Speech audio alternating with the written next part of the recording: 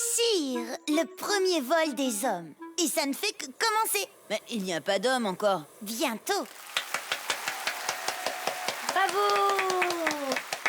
Nous sommes le 19 septembre 1783 à Versailles. Cela fait plus d'1 an que 2 frères incroyables, les montgolfiers, font des expériences. Ils ont réussi à gonfler un tissu en plaçant dessous un feu avec de la laine et de la paille mouillée. Hyper dangereux!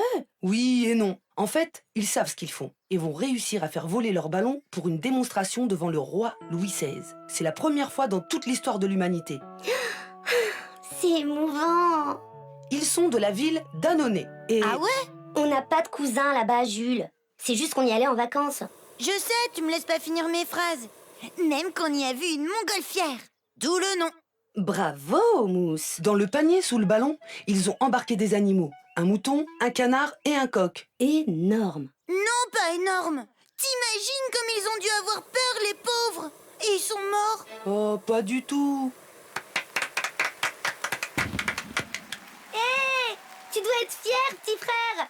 Au deuxième coup de canon, le ballon s'élève à 500 mètres de hauteur.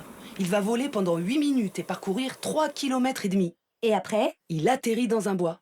Les animaux sont vivants et bien portants. Ils deviennent des héros. Ah ouais? Oui, même que le mouton finira ses jours dans la ménagerie royale en guise de récompense. Venez, mes amis. Vous êtes les premiers êtres vivants à avoir volé dans le ciel. Je veux dire à avoir volé grâce aux hommes. En fait, quelques mois plus tard, un autre homme va tenter l'expérience. Quel homme! Il s'appelle Jean-François Pilâtre de Rosiers.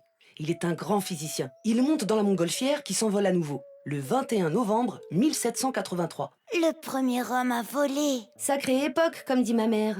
C'est sûr, en plus des philosophes, les scientifiques font aussi de nombreuses recherches. Ils étudient comment fonctionnent les animaux, le ciel, les plantes.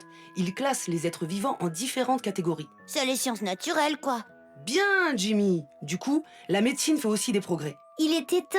Molière, c'est drôle, mais ça montre bien qu'il n'y connaissait rien à l'époque.